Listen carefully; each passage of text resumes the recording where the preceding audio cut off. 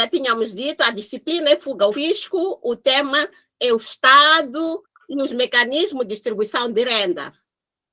Então, esse é que é o nosso tema. E aqui hoje o que vamos ver é o significado do termo fisco. Vamos ver também o Estado como gestor do tesouro público. Vamos ver como é que é a função econômica do Estado e, por fim, o conceito de fuga ao fisco. Então, falarmos do termo fisco, vamos dizer que é um termo que deriva do latim, que significa fisco, ainda é o poder do Estado em tributar os seus cidadãos e recolher para os seus cofres as respectivas receitas. Quando digo receita, estou a falar de tudo o que é angariado que entra para o Estado. Então, esse é que é o objetivo que vamos ainda ver mais além. Mas que aqui estamos a falar daquilo que é o termo de onde que ele provém, e, neste caso, é um termo que deriva do latim. E dizer que o Estado, mais adiante, vamos ver que o Estado é o gestor do Tesouro Público. O Tesouro Público, estamos a falar de todo o que é receita do Estado. Aqui podemos falar também não só de valores monetários, o patrimônio também, e outros que constituem aquilo que é o Tesouro Público, mas que pertence, que é gerido pelo Estado, no que diz respeito às questões financeiras, econômicas, patrimoniais e outras, mas neste caso estamos a falar especificamente das questões tributárias. Nas questões tributárias estamos a falar daquilo que são os impostos que são angariados pelo Estado. Vamos ver que o Estado desempenha a sua atividade financeira que visa satisfazer as necessidades coletivas. Quando falamos das necessidades coletivas, não sei se há algum dos estudantes que pode nos dizer o que é isso de atividades coletivas, o que é isso de necessidades coletivas que o cidadão carece. A atividade financeira do Estado é aquela que visa satisfazer as necessidades coletivas. Então, é tudo que diz respeito, desde a angariação, a própria gestão, até aquilo que é a alocação nos diversos aspectos ou nas diversas áreas em que nós, como cidadãos, precisamos. Podemos dar algum exemplo? Boa noite. São todos esses serviços que nós precisamos, como cidadãos, são providos pelo nosso Estado. Mas onde é que o Estado arranja dinheiro para isso? Onde é que arranja recursos para poder satisfazer esses? Podemos saber? O Estado arranja dinheiro a partir dos impostos cobrados pela execução das atividades de diversas empresas. Muito obrigada. Não só empresas, como também o rendimento nosso pessoal, de cada cidadão. Aquilo que o cidadão tem como rendimento, tem o dever de canalizar ao Estado com participação para essas atividades que anteriormente rolamos. Então, dizemos que o Estado tem essas funções todas econômicas. Então, se formos a ver as funções econômicas do Estado, vamos ver que existe uma função alocativa, existe a estabilizadora, existe a distributiva. Os nomes já dizem, não sei se os meus... Alocativa. O que poderia ser alocativa? A função alocativa do Estado. Não seria mesmo a partir do momento em que o Estado atribui os recursos para um certo programa. Então, aí está alocar.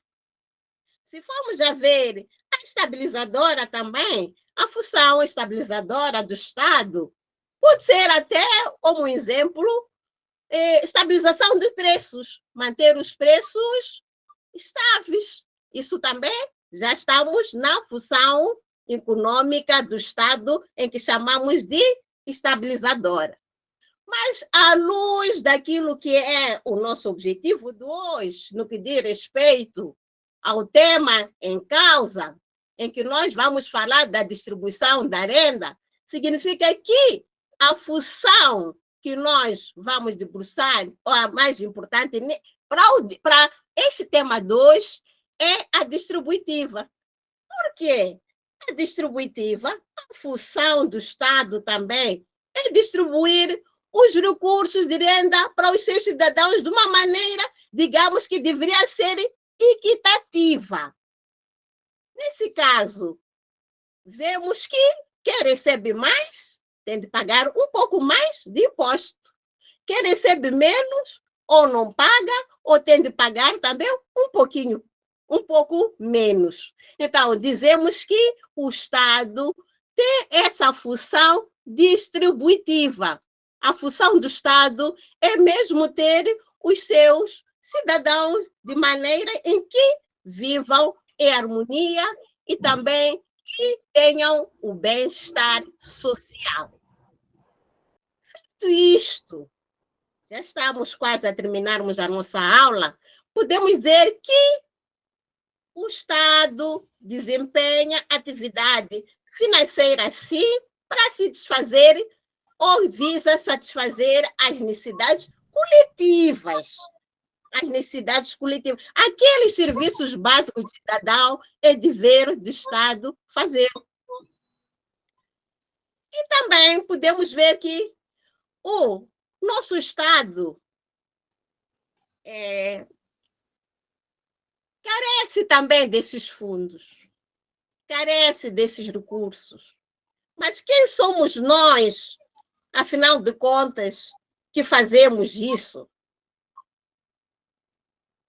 Então, digo aos meus estudantes, a fuga ao fisco são formas nocivas de evitar o pagamento de impostos. Mas já tínhamos visto que os impostos são úteis à medida que, bem geridos, eles conseguem satisfazer aquilo que a necessidade do cidadão e a necessidade das pessoas, até, digamos, mais necessitadas. Então, todos nós temos que saber que o pagamento de imposto é um dever para nós. Não podemos fugir do fisco. Então, temos que tirarmos todos os maus hábitos, esses hábitos nocivos de não pagarmos os impostos ou sonegarmos. Sonegar significa pagar menos em detrimento daquilo que produziu. Feito isto, nós terminamos a nossa aula, mas que para termos o nível da assimilação das nossas aulas e atingirmos o nível propício de conhecimento, vou deixar aqui um TPC. E gostaria que, na próxima aula, todos os estudantes viessem cá com esse TPC feito. A primeira questão. Gostaria de saber o que é Estado. A segunda questão. O que é imposto? A terceira questão, essa é para uma abertura para qualquer que seja. O que acha de pagamento de imposto? Então, o estudante poderá, de uma maneira livre, trazer essa resposta para a próxima aula. Então, para avaliação, pude ver que, ao longo da aula, foram havendo estudantes que foram interagindo. Então, os que não interagiram... Muito obrigado por essa belíssima apresentação. E vamos anotar ali as nossas contribuições. e as nossas observações. A seguir, da Universidade Africana do Futuro. Boa noite, doutor Bonda. E eu preparei a minha apresentação com o doutor Ananias. Eu vou apresentar a primeira e a segunda aula, e o doutor Ananias vai apresentar a terceira e quarta aula. Vou começar por cumprimentar os caros estudantes da Universidade Africana do Futuro. Vou me apresentar. Eu chamo-me Irmingarda Mungoi, sou docente desta cadeira da Fuga ao Fisco. Antes de mais, vou pedir aos estudantes que se apresentem, já que eu me apresentei, vou dar alguns minutinhos que os estudantes se apresentem, como forma de nos ambientarmos e nos conhecermos melhor.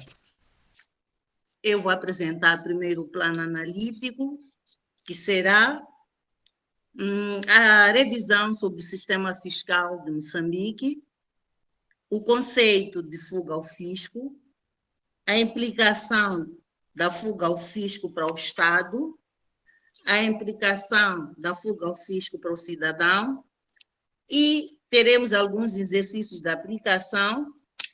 Vamos falar também da tipologia do fuga ao fisco, da evolução histórica face ao desenvolvimento econômico dos Estados, e vamos preparar, depois dessa aula que formos a ter, para a primeira frequência e a realização do primeiro teste.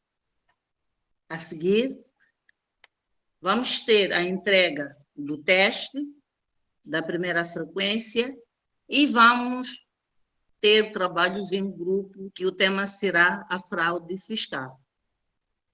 Faça isso de acordo com o plano analítico. Teremos a tipologia da fuga ao fisco, onde vamos tratar da simulação, interpretação abusiva da própria lei, a tipologia da fuga ao fisco, onde podemos ver a matéria que tem a ver com a obtenção indevida de benefícios fiscais, as suas lacunas jurídicas das leis fiscais. Vamos também ver a evasão fiscal, que seria a ocultação e alteração de fatos ou valores tributáveis, e vamos apresentar as defesas dos trabalhos em grupo, e isso teremos que fazer nas primeiras 4 aulas e os outros trabalhos noutras 4 aulas. Teremos depois a preparação do teste de frequência, que é a segunda, e teremos a entrega da avaliação do segundo teste de frequência. As notas de docente do plano analítico que vamos ter que ir consultar, que é a consulta de docente, são a Lei Geral Tributária, que é a Lei 2/2006, de 22 de março. Vamos também poder consultar os códigos dos impostos em vigor em Moçambique e podemos consultar também o Manual de Direito Fiscal de Pedro Soares Martinez, que é edição Elmed. Terminada a apresentação do plano analítico, vou falar mais ou menos, nem mais ou menos, vou falar daquilo que vai ser a essência das nossas aulas. Vamos ter, de acordo com o plano analítico, conhecer as formas de redução e eliminação da fuga ao fisco. Vamos conhecer as tipologias utilizadas para o não cumprimento das obrigações fiscais.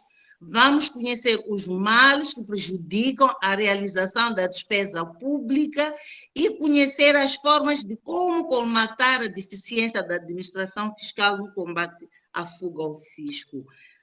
Os objetivos da disciplina da fuga ao fisco visa proporcionar aos alunos uma visão ampla do nosso sistema fiscal e das consequências do não cumprimento das obrigações fiscais através da fuga ao fisco.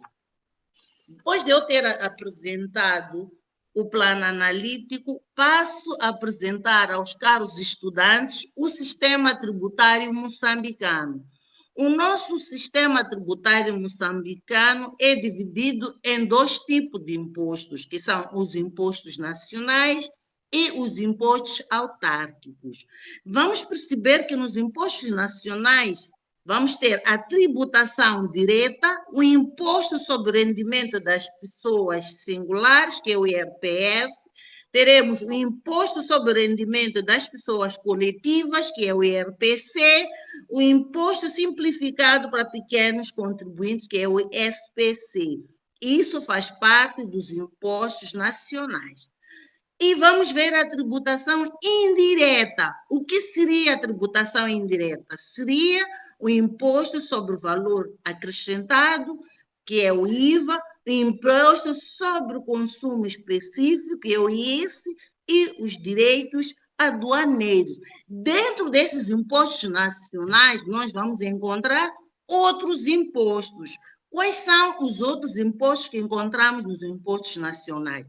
São os impostos de selo, impostos sobre sucessões e doações, impostos de CISA, impostos especial sobre jogos, impostos sobre recursão nacional, o IRN, impostos sobre veículos e outras taxas de impostos estabelecidos pela lei. Agora vamos passar a parte dos impostos autárquicos. Nos impostos autárquicos, nós vamos encontrar imposto pessoal autárquico, imposto predial autárquico, imposto autárquico de veículos, imposto autárquico de CISA, contribuição de melhorias, taxas por licenças concedidas e por atividades econômicas. Teremos também as tarifas e taxas pela prestação de serviços. Este é que é o sistema tributário de Moçambique. Isso tudo estou a tentar a fazer entender ao caro estudante a importância e o sistema tributário moçambicano. Agora, terminada esta aula, vou falar da importância do pagamento dos impostos. Para nós até chegarmos à fuga ao fisco, temos que entender o que são impostos. Quais são os impostos que são cobrados no nosso sistema tributário, de acordo com esse organigrama que eu apresentei.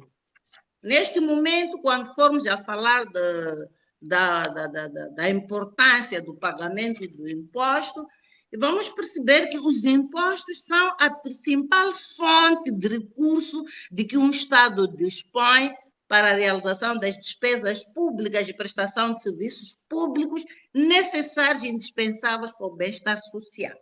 Partimos do princípio que nós compartilhamos com os impostos para ajudar no desenvolvimento do nosso país. O país precisa de impostos para realizar ou suprir certas despesas que são inerentes à do bem-estar da sociedade, assim como da própria comunidade. Qual é o papel do Estado? O papel do Estado é de arrecadar os impostos e administrá-los corretamente, é de criar também as condições necessárias para o bem-estar da sociedade e manter a ordem através da aplicação da justiça, da imposição de sanções e da resolução de conflitos através de regras estabelecidas. Se nós temos o dever do Estado, também temos o dever do cidadão. Neste caso, qual é que seria o dever do cidadão? O dever do cidadão é pagar os impostos e as taxas previstas na lei, defender e conservar o ambiente, o bem público, que são as nossas escolas, os jardins, os hospitais, as estradas e muito mais. E denunciarmos também qualquer tipo de fraude aos impostos. os direitos também que podemos encontrar do cidadão é garantir a própria segurança e sigilo ao denunciar-se as fraudes e exigirmos um tratamento digno nas relações com a administração tributária e ser esclarecido em todas as dúvidas por si apresentadas e recorrer das decisões que ofendam os seus interesses legítimos. Esses é que são os direitos dos cidadãos. Posto isso, eu, neste momento, como docente, vou conversar com caros estudantes. Não sei se tem alguma noção, ou já ouviram falar dos impostos. Eu já tentei explicar como é que é o organigrama do sistema tributário, se terão alguma dúvida relacionada com os impostos, se terão alguma noção do que são impostos, mas acho melhor eu terminar e poderão tirar as vossas dúvidas e poderão acrescentar aquilo que acham que devem acrescentar de acordo com aquilo que eu for a explicar. Vou começar por definir o que é imposto. Imposto é uma quantia em dinheiro legalmente exigida pelo poder público que deverá ser paga pela pessoa singular ou coletiva a fim de atender às despesas públicas feitas em virtude do interesse comum sem levar em conta vantagens de ordem pessoal ou particular. Isso é que é o imposto. E temos as taxas. Além dos impostos, nós vimos que quando temos impostos nacionais, imposto autárquico, temos também as taxas. Vou definir o que são as taxas. Taxas são prestações avaliáveis em dinheiro, exigidas por uma entidade pública com contrapartida individualizada pela utilização de um bem de domínio público ou de um serviço público ou pela remoção de um limite jurídico à atividade particular, desde que esteja prevista na lei. Vou repisar, desde que esteja prevista na lei. Tudo aquilo que está tipificado deve ser. Existem casos em que aparecem coisas que não estejam tipificadas, aí temos que recorrer à analogia para perceber como é que podemos suprir essas taxas que às vezes nos cobram. E, neste momento, vou também procurar entender aos caros estudantes e vou fazer uma provocação. Quem é que deve pagar o imposto? Caros estudantes? Todos nós que produzimos. Aquele que trabalha e que oferece uma renda, né? Por mais que não seja assalariado, que tenha um negócio. E vamos falar neste momento, porque aposto que podem ter alguma confusão em perceber qual é a diferença entre imposto e a taxa. Existe taxa e existe imposto. A diferença fundamental entre o imposto e a taxa reside no fato de que aquele ser uma prestação unilateral e a taxa ser uma prestação bilateral. Bilateral é de uma pessoa para outra. Quando é unilateral, eu é que vou pagar o imposto. Isto é, com uma contraprestação específica, individual, imediata e direta, que são o serviço prestado. Exemplo de algumas taxas que nós podemos encontrar. Acho que já ouvimos na rádio. Paga a taxa. Isso quando falamos mais das taxas, falamos na taxa de lixo, taxa de rádio, taxa de portagem, taxa dos transportes públicos, taxa da radiodifusão. Do mercado. Sim, manutenção de vias, então nós pagamos alguma taxa, estamos todos os dias a reclamar, estamos a pagar o portagem. É uma taxa que nós pagamos, que sabemos que vamos ter de volta os frutos daquilo que é o pagamento daquela taxa. E qual é a importância do pagamento do imposto? Vou pedir também um estudante para, em poucas palavras, dizer qual é a importância do pagamento do imposto. Boa noite, doutora. Boa noite. Além de ser um ato de cidadania, e ser legal é importante para que haja manutenção dos serviços públicos, principalmente. Se nós queremos, vamos olhar, por exemplo, para a taxa de lixo. Se nós queremos o nosso município limpo, nós precisamos de pagar a taxa de lixo. É só um exemplo de tantos outros que poderia dar. Certo, falou bonito, certo. Percebi que o meu estudante está dentro da matéria e percebe alguma coisa. E eu vou tentar dizer em poucas palavras que pagar imposto é contribuir de uma forma ativa para o desenvolvimento do país, porque o governo passa a ter mais dinheiro para construir escolas, hospitais, melhoria das estradas, pontes, comprar mais autocarros para o transporte público, pagar melhores salários aos professores, nós, por exemplo, não é? Médicos, polícias, para melhor servirem o povo. Agora vou passar a definir cada imposto. Após que caros estudantes só ouvem falar de que existem IRPF, ISPC, IVA, ICE, mas nunca conseguiram perceber quem é que tem direito de pagar esses impostos. Aqui, antes de passar a definição dos impostos, temos alguns bonequinhos que dão para perceber, mas fazer entender ainda mais qual é a importância social e econômica dos impostos para a construção das escolas. Estamos a ver o sistema de ensino, esse dinheiro vai servir para os hospitais, neste caso aparece o hospital, e depois vai aparecer as escolas, e depois vai aparecer a importância social dos impostos quando da educação, das obras públicas, aquelas todas que ao longo da aula. Então, trago aqui em sistema de uns desenhos para ajudar a compreensão do caro estudante. E vou agora passar a descrever ou dizer o que é cada imposto que nós temos nos impostos nacionais e quem é que paga. Neste caso, o sistema tributário já apresentamos antes da aula, e este sistema tributário vai ajudar a perceber aquilo que são estas definições que nós cá temos. Vamos falar agora do ISPC, Imposto Simplificado para os Pequenos Contribuintes. Este é um imposto direto e aplica-se a pessoas singulares ou coletivas que exercem no território nacional atividade agrícola, industrial, comercial, de pequena dimensão, incluindo a prestação de serviços.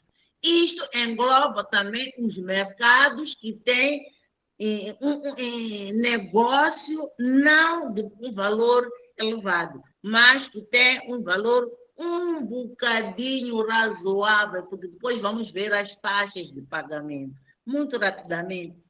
E ficam ainda abrangidos pela incidência do SPC os exportadores e os importadores. Os exportadores, aqueles que exportam, aqueles que importam, têm direito de pagar o ISPC se forem pequenos contribuintes.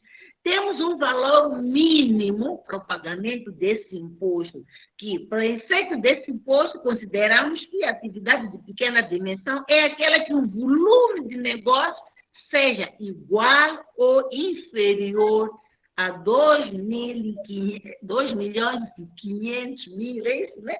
2.500, nós chamamos de 2.500.000 para o ISPC, e a tributação dos sujeitos passivos do ISPC é do caráter optativo. Como optativo? Porque quando temos que pagar o ISPC, a pessoa declara o volume de negócio, que são os lucros que vai obter naquele negócio. E dependendo do volume de negócio, aí vai se saber que tipo de imposto vai pagar, se vai pagar o ISPC ou se vai pagar o IVA. E quais são as vantagens do pagamento do ISPC? Todo imposto tem sua vantagem. Pronto. Para quem paga o ISPC, não pode pagar o IRPS, o IRPC e o IVA. Por quê? Porque se paga o IRPC e ISPC, passa a pagar um direito de pequena escala. E o IRPS são outros rendimentos que depois vamos ver lá do outro lado. Então, o ISPC tem taxas mais baixas em relação aos outros impostos. É por isso que chamamos de pequenos contribuintes. E a taxa aplicada é de 3% sobre o valor de negócio, que se obtém de 3 em 3 meses, ou então pode pagar o valor de 18.750, também de 3 em 3 meses. Nós agora, o que vamos tentar perceber como estudantes é qual é a vantagem de pagar um pouco do que pagar muito depois de 3 meses. Então, de 3 em 3 meses, nós estamos a tentar sensibilizar cada aluno para conversar lá em casa com o papá, com a mamã, com esses vendedores ambulantes que temos nos mercados, os grossistas, os do Manengue, para que paguem o ISPC. Pelo menos a pouca receita que vai dar entrada na administração tributária vai aumentar um bocadinho os impostos para podermos satisfazer as necessidades básicas do cidadão. Não é preciso procurar longas distâncias para pagar o ISPC. Temos postos de cobrança, e podemos encontrar postos de cobrança da Jusina Machel, que podemos ter lá na Baixa, perto do primeiro bairro fiscal, podemos encontrar o posto de Jardim, podemos encontrar o posto de Spamanim, podemos encontrar o posto do Zimpeto. Esses postos todos que foram criados foram para facilitar para que os pequenos contribuintes não percorram longas distâncias para o pagamento do imposto. Quem paga o ISPC pagar as taxas municipais. Tenho língua presa, sou bitongadinha, mano. Sim, a pessoa que paga ISPC deve pagar, sim, as taxas municipais. Se forem a ver nos mercados onde tem pequenos negócios, vamos encontrar a taxa dos municípios. Os municípios cobram uma taxa diária e também cobram uma taxa mensal. E nós também, como cidadãos, temos direito, quando tivermos um negócio, de pagar também o ISPC para ajudar nas despesas correntes da administração pública. Agora vamos falar do IRPS. Se pudesse até dar uma pausazinha para não fazer confusão, mas como a nossa aula tem tempo contado, vou falar agora do IRPS. O que é IRPS? IRPS é imposto de rendimento para pessoas singulares. Este imposto não se paga coletivamente, mas a pessoa paga de uma maneira individual. Incide sobre o valor global anual dos rendimentos, mesmo quando proveniente de atos lícitos ou se seu regime tem em conta as necessidades e os rendimentos do agregado familiar. Incide sobre todas as pessoas singulares que residem no território moçambicano, volto a repetir, no território moçambicano e que nele não residindo aqui obtenha o rendimento. As taxas são variáveis. E nós vamos encontrar na Minerva Central, vamos encontrar na internet, no Google, podemos pesquisar, vamos encontrar uma tabela de retenção ao fonte que diz quando e quanto é que cada cidadão paga o IRPS. Até 42 mil, a pessoa paga 10%. Até 168 mil, paga 15%. Até 504 mil, paga 20%. Até 1.512, paga 25%. Além de 1.512 mil, vai pagar 32%. O que quer dizer, tanto a taxa do ISPC, assim como a taxa do IRPS, tem uma taxa específica que se paga. Não é qualquer valor. Assim, caros estudantes, eu sei que só lidar com estudantes do curso noturno que trabalham, poderão calcular o quanto é que podem pagar o IRPS. E vamos falar agora do IRPC, que é Imposto para os grandes contribuintes. E o que é que será o imposto coletivo para os contribuintes? Seria as pessoas coletivas com sede ou direção efetiva em território moçambicano que ficam sujeitas a EPC sobre a totalidade dos seus rendimentos, incluindo os obtidos fora e dentro do território moçambicano. O que quer dizer que, mesmo estando fora do país, ser uma pessoa coletiva tem direito de pagar uma taxa geral de 32%. E podemos encontrar os encargos não devidamente documentados que são de caráter confidencial. Existem esses de caráter confidencial, outros são ilícitos, que não são possíveis à tributação. Aí paga-se uma taxa de 35%. Então, as pessoas coletivas que não tenham sede nem direção efetiva no território moçambicano e não possuem estabelecimento estável em Moçambique, ao qual os mesmos sejam imputáveis, ficam sujeitos a IPC apenas, volto a repetir, apenas com rendimentos nele obtidos sobre os quais se aplica uma taxa liberatória de 20%. Vou tentar correr, só ver que estamos mesmo a esgotar o tempo, e vou falar do IVA. O que é o IVA? Quem está sujeito a IVA? Estão sujeitas a IVA as transmissões de bens e prestações de serviço efetuadas no território nacional a título oneroso, por um sujeito passivo, agindo dessa maneira de qualidade, bem como as importações de bens e serviços. Quando nós importamos os bens e serviços, temos que pagar IVA.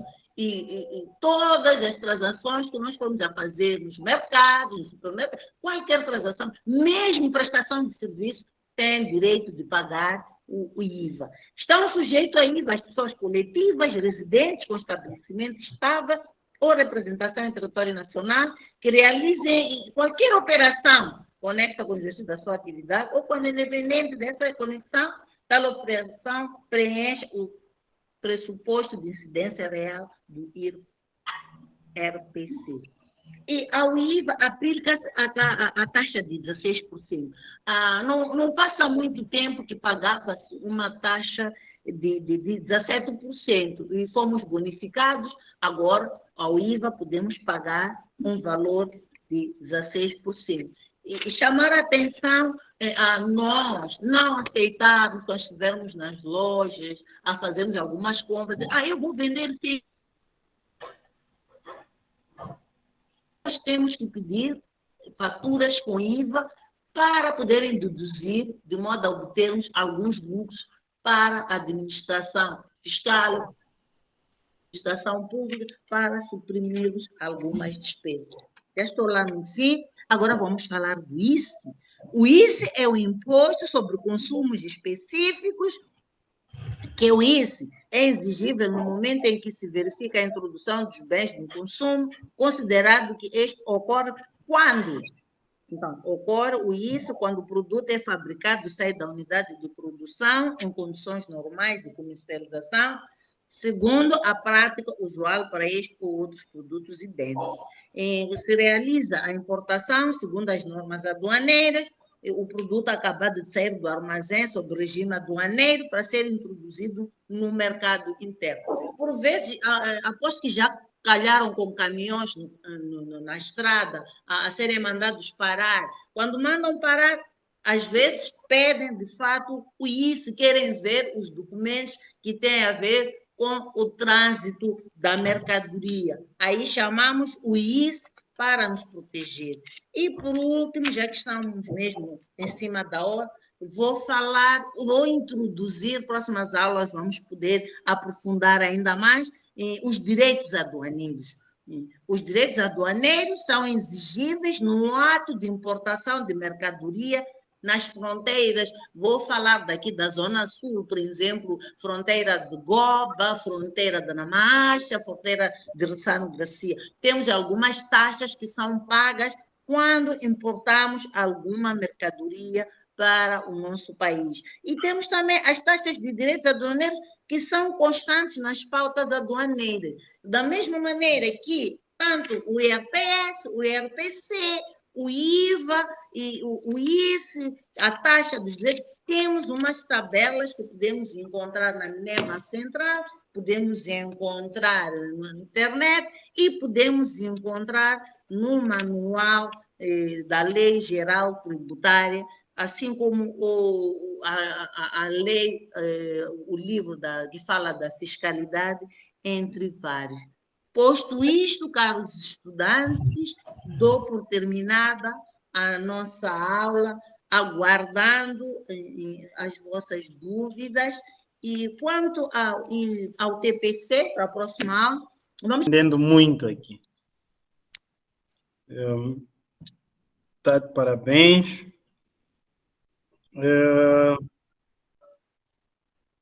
O colega a seguir, que vai apresentar, tem cerca de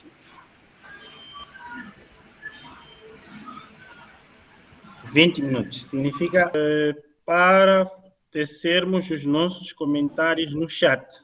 Vamos entrar para o chat e vamos começar já a apreciar as sessões, as aulas já apresentadas. Vamos deixar lá o nosso comentário, que vai ficar gravado naturalmente, e em função disso vamos perceber qual é a posição de cada um de nós. Então, doutora Joana, tenha a bondade. Enviou para mim? Sim, enviei. Tá certo. Eu vou para lá. Mas gostaria aqui que partilhasse os conteúdos também com o professor Zicai, de modo que eu fique aqui a gerir o chat. Não sei se é possível. Professor Zicai? Foram explanados nas aulas anteriores. Já vimos o porquê de estudarmos essa nossa disciplina, com o nome A Fuga ao Fisco. Já vimos o conceito do termo fisco. Já vimos as funções que o Estado tem numa nação. E hoje vamos falar, antes de irmos o tema de hoje é sobre os principais impostos do Estado, os principais impostos do Estado. Temos como objetivos desta aula geral conhecer os principais impostos do Estado e 3 objetivos específicos, onde o primeiro é explicar o conceito de imposto, mesmo tendo explicado nas aulas anteriores, vamos recapitular hoje. Segundo objetivo específico é identificar as razões que levam o Estado a criar impostos. Por quê? Porque a cada dia que nasce, ouvimos que há mais um imposto. Por que o Estado cria, tendo criado alguns impostos antes, continua a criar novos impostos, novas taxas? Por que o Estado faz isso? E, por fim, vamos enumerar os principais impostos do Estado. Como dizia, vamos recapitular o conceito de imposto.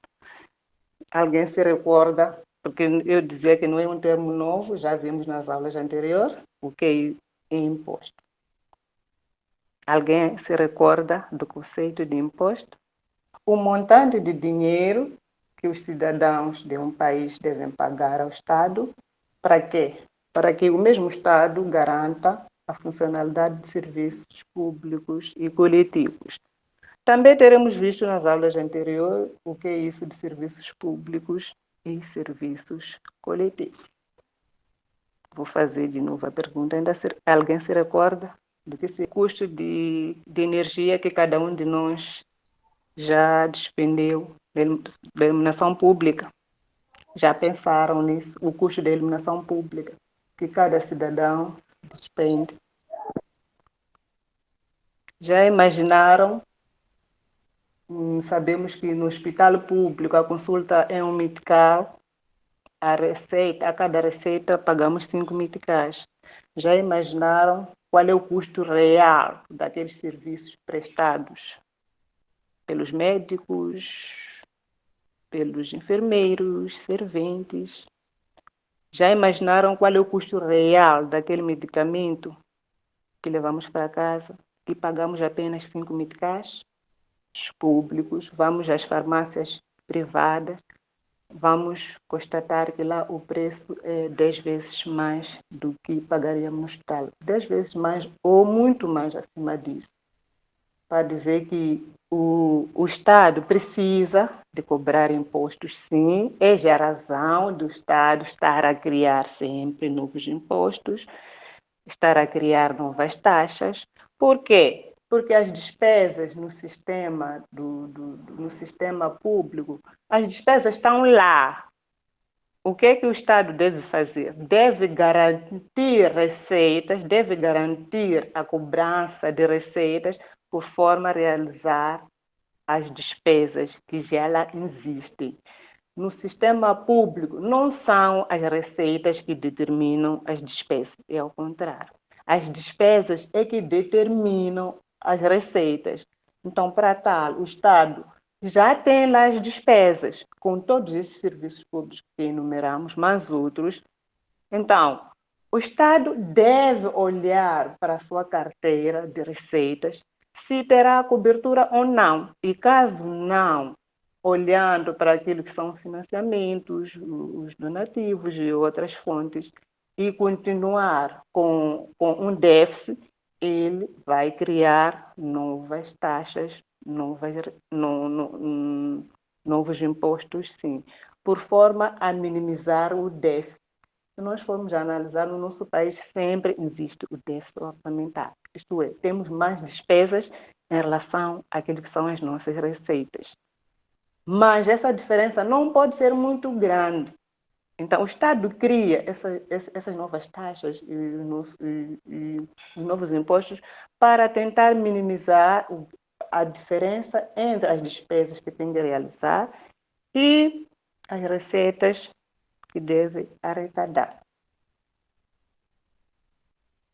Então, para a aula de hoje, vimos nas aulas passadas que existem vários tipos de impostos e vários tipos de taxas, mas hoje vamos falar apenas dos principais impostos.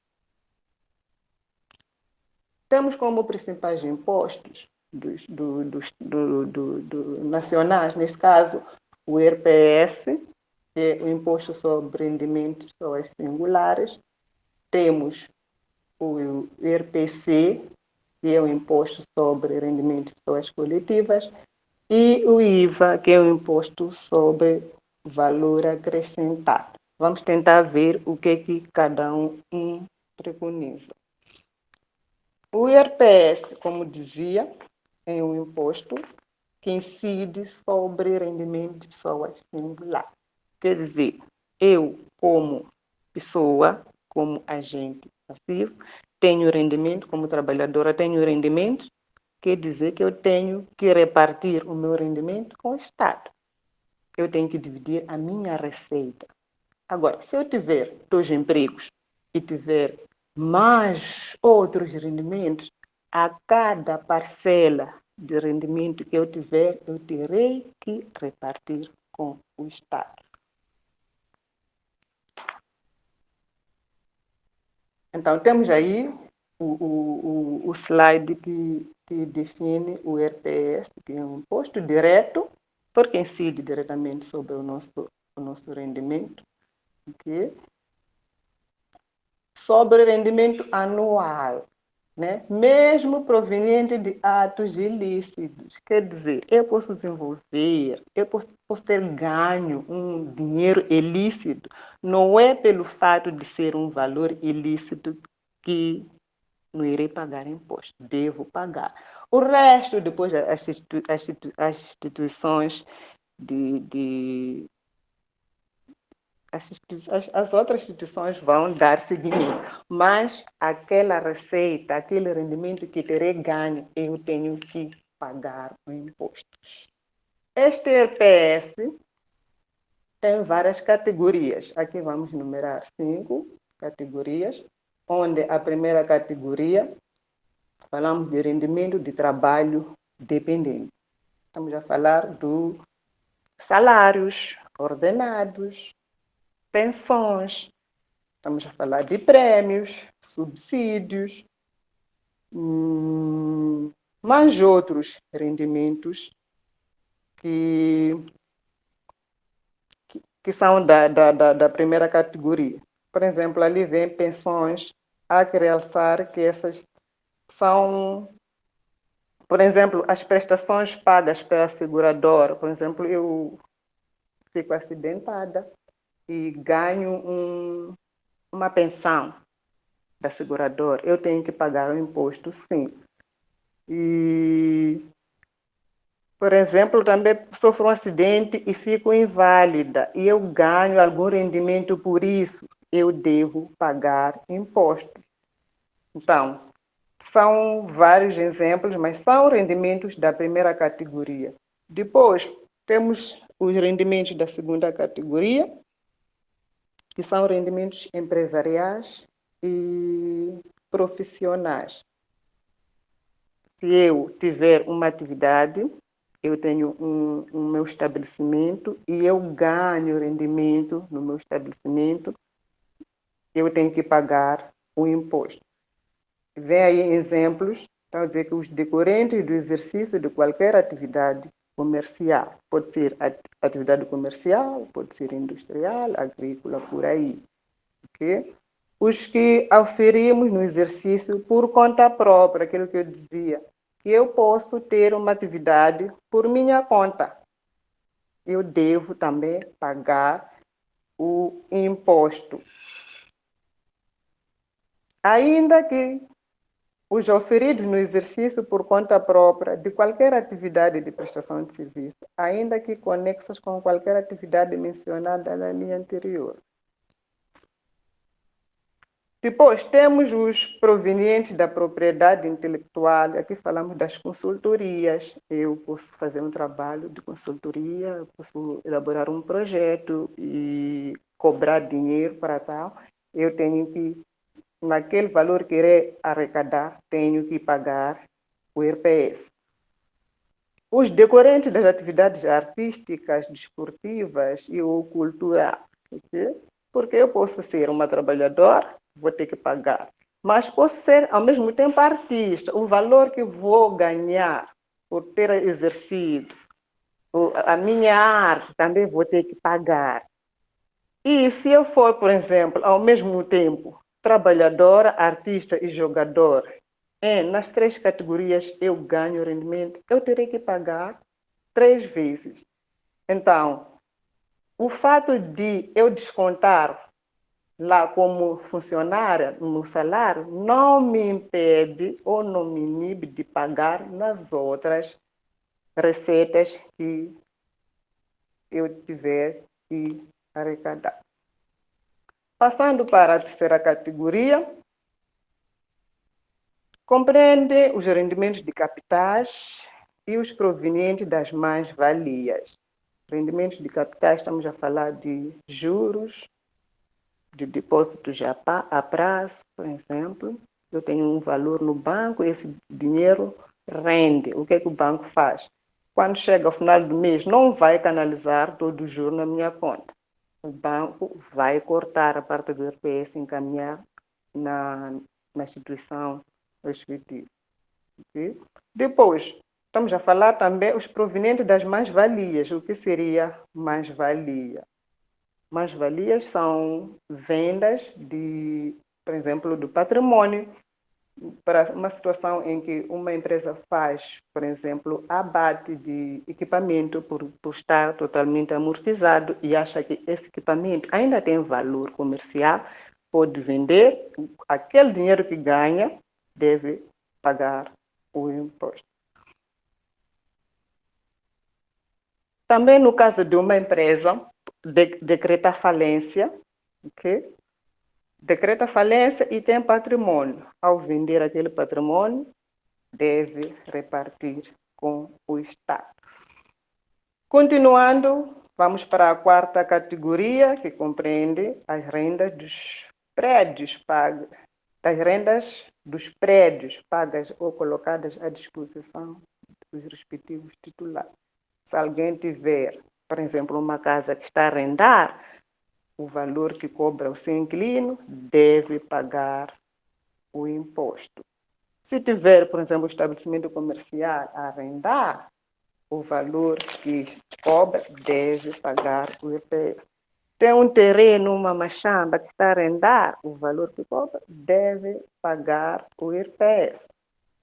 E por último, temos aqui a quinta categoria, que são os outros rendimentos. Outros que não estejam nas categorias anteriores, que não é possível que limitemos os rendimentos que acabei de enumerar. Os outros, né, que compreende os ganhos de enumerar, efetivamente pagos ou postos à disposição provenientes de jogos de diversão social. Por exemplo, eu ganho uma lotaria, se eu ganho 1 milhão, claro que eu não vou ter 1 milhão na minha conta, porque tenho que pagar o IRPS. Posso ganhar, por exemplo, apostas, ou qualquer que seja, chamam de jogos de azar, né? Tenho que repartir com o Estado. Continuando, temos a segunda categoria, o segundo imposto mais importante também do Estado é o Imposto sobre Rendimentos de Pessoas Coletivas, o IRPC. É direto, à semelhança do IRPS, também é um imposto direto e nacional. Este IRPC também é direto e nacional. Pessoas coletivas. Este imposto é para a sociedade. Quando é que nós chamamos uma instituição de sociedade? Quando tem 2 ou mais sócios. Então, porque se eu estiver a fazer a minha empresa, já não estou neste grupo. Estou no grupo anterior, do imposto que eu me referi anteriormente. O imposto sobre rendimento de pessoas coletivas é um imposto direto, como dizia, é nacional, porque vigora a nível nacional, incide sobre os rendimentos obtidos, mesmo quando provenientes de atos ilícitos, à semelhança do IRPS. Aqui também, se for proveniente de atos ilícitos, devemos pagar também. No período de tributação, pelos respectivos sujeitos passivos nos termos da lei. Quer dizer, eu vou declarar que a minha sociedade vai vender um X e, ao invés de eu vender X só, eu vou introduzir o Y. A receita que irei arrecadar do Y, tendo em conta que o Y é ilícito, eu terei que pagar o IRPC. Depois, as entidades legais irão dar seguimento ao fato de eu estar a vender o Y em decremento do X que terei declarado. São os sujeitos passivos do IRPC, estamos a falar das sociedades comerciais, estamos a falar de empresas de compra e venda de mercadorias ou de prestação de serviços, as cooperativas, as empresas públicas, e as demais pessoas coletivas de direito público ou privado. Aqui tem as 2 componentes. Podem ser pessoas coletivas em regime de natureza pública, mas também podem ser pessoas coletivas de natureza privada. Com sede ou direção efetiva em território moçambicano. Também são sujeitos passivos do IRPS, as entidades desprovidas da personalidade jurídica, com sede ou direção efetiva em território moçambicano, cujos rendimentos não sejam tributáveis em IRPS. Estamos a falar de associações, que estamos a falar, aqui o exemplo são associações, ou pode ser um grupo que tenha herdado uma herança, estou a dizer um grupo para se enquadrar aqui como pessoas coletivas. Também devem pagar o IRPC. Por último, vou falar do último imposto nacional de grande envergadura, que é o IVA. IVA é um imposto sobre o valor acrescentado. É um imposto indireto, os dois anteriores são diretos e nacionais, este é indireto também, é nacional, que incide sobre as despesas assumidas pelos agentes passivos finais. É importante aqui repisar agentes passivos finais. Por quê? Porque se eu for uma empresa que compro e vendo mercadorias, no ato da compra das minhas mercadorias, eu vou suportar o IVA. Sim. E como eu estou a comprar para armazenar e efetuar posterior venda, eu terei que suportar. Mas este IVA não constitui custo para mim. Por quê? Porque quando eu for a vender as mesmas mercadorias, irei cobrar ao consumidor final. O consumidor final é que suporta este imposto. Apenas eu vou servir como intermediário do Estado. Como é que funciona? Por exemplo, eu compro mercadorias no valor de 1.000 meticais. Okay? O valor da mercadoria é de 1.000, mas é uma mercadoria que deve pagar IVA. Então, o meu fornecedor vai dizer 1.000 mais IVA. Nas aulas anteriores vimos que a taxa desceu de 17 para 16. Então, vai dizer 1.000 mais 16% de 1.000. Eu pago as mercadorias, chego no meu estabelecimento e fico à espera, se for o caso de cliente. Quando o cliente chega, de certeza que eu não hei de vender ao mesmo valor de 1.000 mais 16. Terá um acréscimo. Por quê? Por causa da margem, porque eu não vou vender o mesmo custo. Okay? Eu preciso de margem. Então, terei que fazer as minhas matemáticas, dependendo da política que eu tiver na minha empresa. Estou a falar da política da margem, porque há quem diz mais 30%. A margem deve ser de 30%, eu vou dizer 1.000 mais 30%, e incido o IVA. Ok? Se forem usar assim, não precisamos de ter calculadora, aquilo que irei cobrar ao meu cliente será superior, vamos falar em termos de IVA, será superior em relação ao que terei suportado na compra. Por quê? Porque eu estou a incidir os 16 sobre o preço de custo acrescido da margem.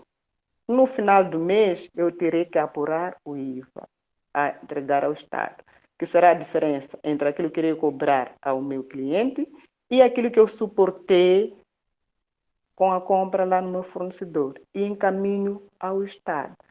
Agora, se o meu cliente também for agente comercial, ele vai fazer o mesmo processo em relação aos seus clientes. Quem suporta o IVA no fim do dia é o consumidor final. Esse consumidor final pode ser o Estado, quando o cliente compra mercadorias ou um serviço, e para o seu uso final, ele paga IVA. Os agentes também, o exemplo que dei agora, eu como agente vou comprar mercadorias e vendo. Também, aqui fico como intermediário, porque eu não suporto, porque eu vou reaver o IVA dos meus clientes. O IVA suporta o consumidor. Lá onde termina o ciclo, a pessoa final é que suporta. São sujeitos de IVA, são sujeitos ao IVA, estamos a falar das transmissões de bens e prestação de serviços efetivas a título oneroso no território nacional, por sujeitos passivos agindo nessa qualidade. Quer dizer, nas transações comerciais, compra e venda de mercadorias ou de prestação de serviços, para produtos que estejam tabelados, que não estejam no grupo dos isentos, esses ficam sujeitos a pagar o IVA. Nas importações também de bens e serviços. São sujeitos passivos do IVA, estamos a falar de pessoas singulares ou coletivas. Pessoa singular, eu como Joana, nas minhas compras suporto IVA. E se eu for consumidora final, eu tenho que pagar. Eu que suporto o IVA. Mas eu posso ser sócia de alguém nas nossas transações como entidade coletiva, também vamos suportar. Se formos consumidores finais, nós suportamos.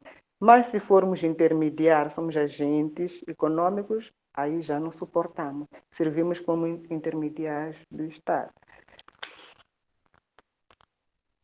E estamos a falar aqui de sujeitos passivos de imposto, que são as pessoas singulares ou coletivas, residentes ou com estabelecimento estável ou representação em território nacional que, de um modo independente e com caráter habitualmente, exerçam com ou sem fim lucrativo. Quer dizer, aqui não importa se tenho fins lucrativos ou não, basta exercer a atividade de produção, comércio ou prestação de serviço, incluindo atividades extrativas, agrícolas, silvícolas, pecuárias e de pesca.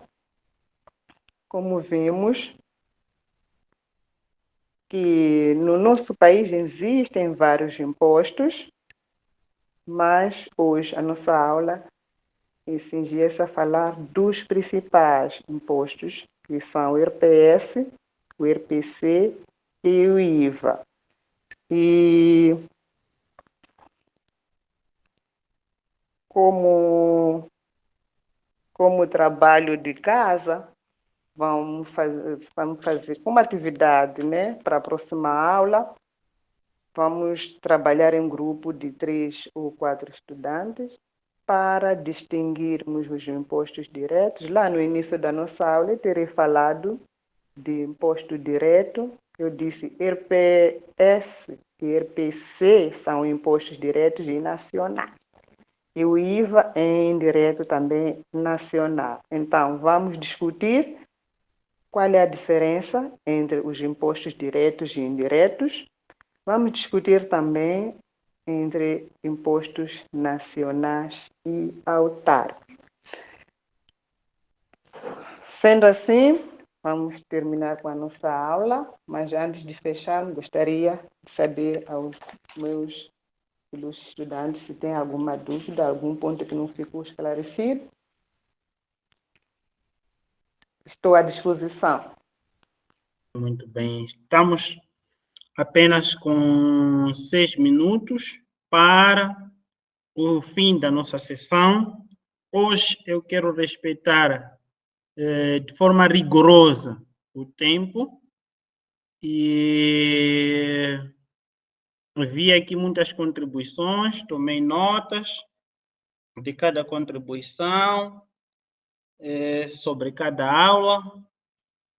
Eu, em particular, quero dar os meus parabéns, né,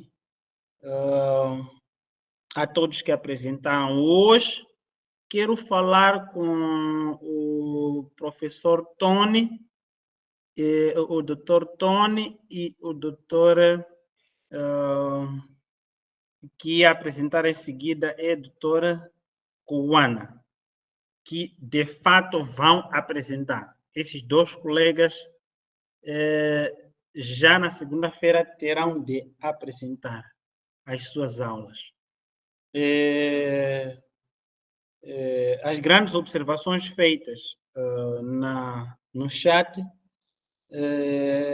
constatam que a primeira aula houve esforço à interação, a segunda aula foi boa, porém uma exposição um pouco cansativa aos estudantes, e a terceira aula ainda não vi uma observação feita.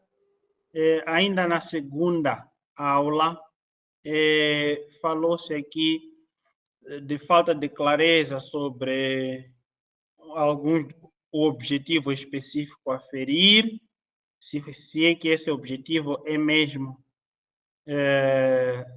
estar relacionado a uma ação, e depois foram aqui só elogios e mais elogios a seguir. Bom, antes mesmo de nós fechar hoje,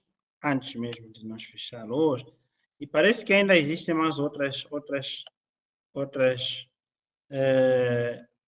observações, e eu hei de acumular elas. O que eu quero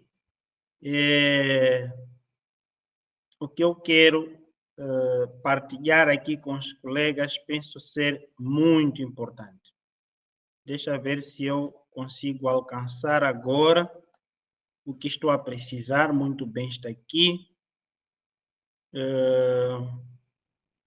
Vou projetar rapidamente.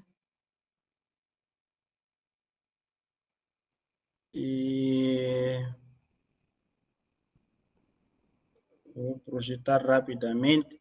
Gostaria que cada um de nós possa fazer reflexão sobre cada sessão dada aqui. Vou partilhar agora. E logo no princípio, ou logo o primeiro ponto é saber se os participantes na aula sentiram-se motivados. Temos que olhar para uma ação de motivação. A seguir, antes do início da sessão, antes da aula começar a decorrer, ficaram claros os objetivos da aula, para onde é que a aula iria correr. Peço que os colegas fechem os microfones, por favor. E, de seguida, os estudantes ficaram claros como iam ser atingidos os objetivos da aula, como é que os objetivos seriam atingidos. Em seguida, durante a aula, fizeram no mínimo uma atividade prática. Durante a aula, os estudantes fizeram no mínimo uma atividade prática. E depois, durante a aula, sentiram-se desafiados com os conteúdos. Cada estudante que estava participando lá sentiu-se desafiado com o conteúdo. E depois, durante a aula, sentiram-se valorizados na medida em que foram contribuindo. Eu ouvi, penso que foi a primeira sessão, ouvi aí alguns elogios sobre a participação de alguns estudantes. Então, sentiram-se valorizados. Enquanto a aula decorria. E depois, a aula lhe permitiu receber conteúdos ou receber e imediatamente pensar. Esse é um aspecto fundamental.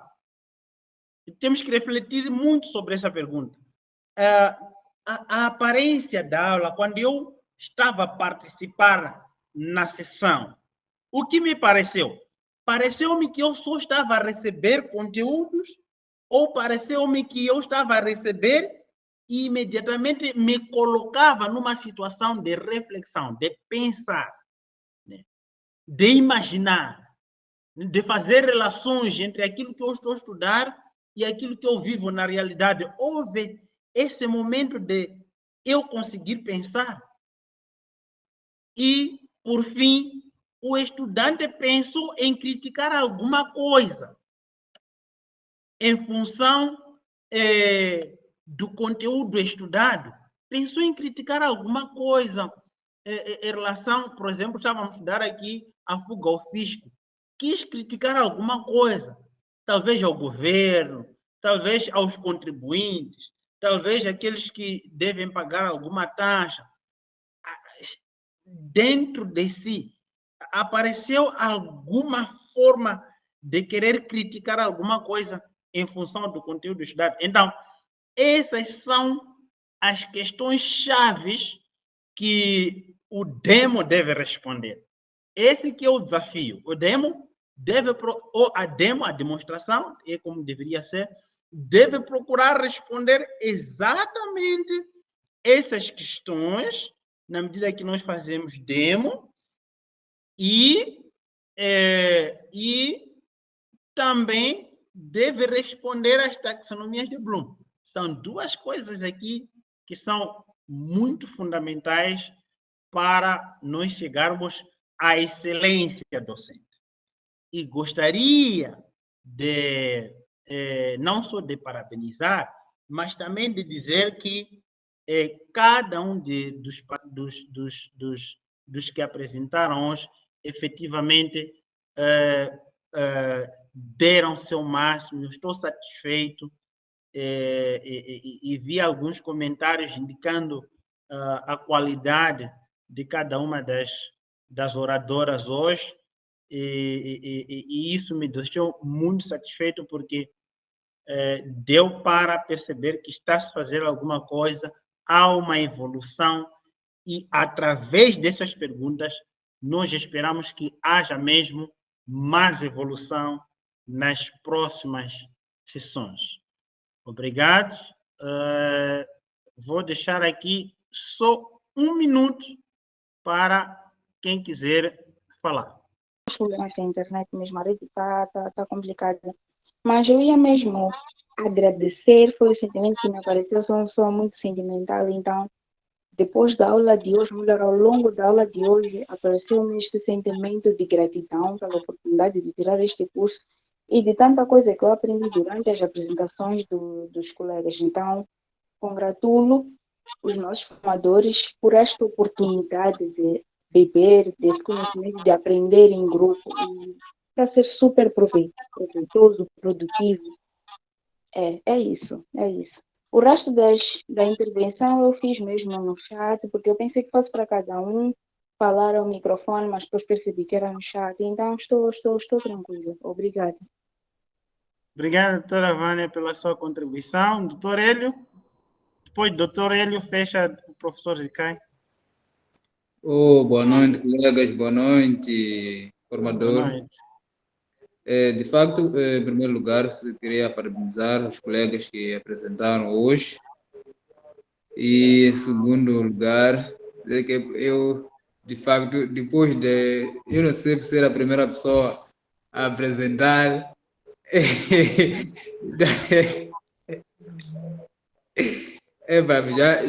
já fico sem comentários, mas se pudesse, eu pudesse. A sequência que nós estamos a ter das aulas está a permitir com que, neste andar, os colegas possam ir melhorando a maneira de colocação, quer da lecionação da aula, quer no atingir de todos os instrumentos. E o que nós queremos é mesmo garantir e ficarmos satisfeitos com os colegas que iniciam aulas já na próxima semana, o ano letivo, o semestre letivo, os outros depois da próxima semana, que assim que forem a começar vossas aulas, aquilo que está sendo debatido aqui não termine, mas implemente de fato, e que continuem a discutir com os outros colegas. Vocês têm assim que esta formação, por exemplo, terminar, nós vamos manter o grupo de formação psicopedagógica no WhatsApp, ele é ativo, para permitir sempre intervenções e que sempre o professor Bonda poderá entrar sempre para ajudar a clarificar alguma questão aos colegas durante mais 1 mês ou 2 meses, de modo que, porque o que se quer, como nós já dissemos, é existir aprendizagem. E também dizer, nos próximos dias, vamos anunciar isso, porque depende muito das aulas com o professor Bonda, ele que vai dizer quando é que o nível abranda mais, que é para falarmos da introdução do novo módulo ligado à avaliação.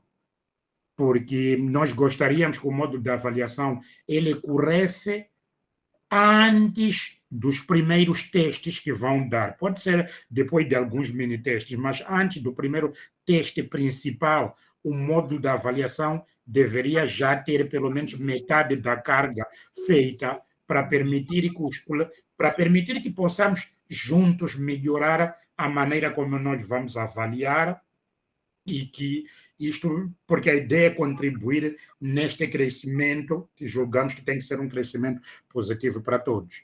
E o que eu tinha a dizer por hoje é só isso, e muito obrigado, caros colegas. Devolvo a palavra ao professor Bonda e bom repouso a todos. Geral do ensino superior. Existe didática específica que vai de acordo com cada área de conhecimento, cada disciplina, cada cadeira. Tanto é didática aplicável para qualquer uma das disciplinas, para qualquer um dos cursos, para qualquer uma das cadeiras. Muito obrigado pela vossa participação. Desejo uma boa noite. Na próxima semana, os primeiros a apresentar são o doutor Elias Coana e o doutor Coana.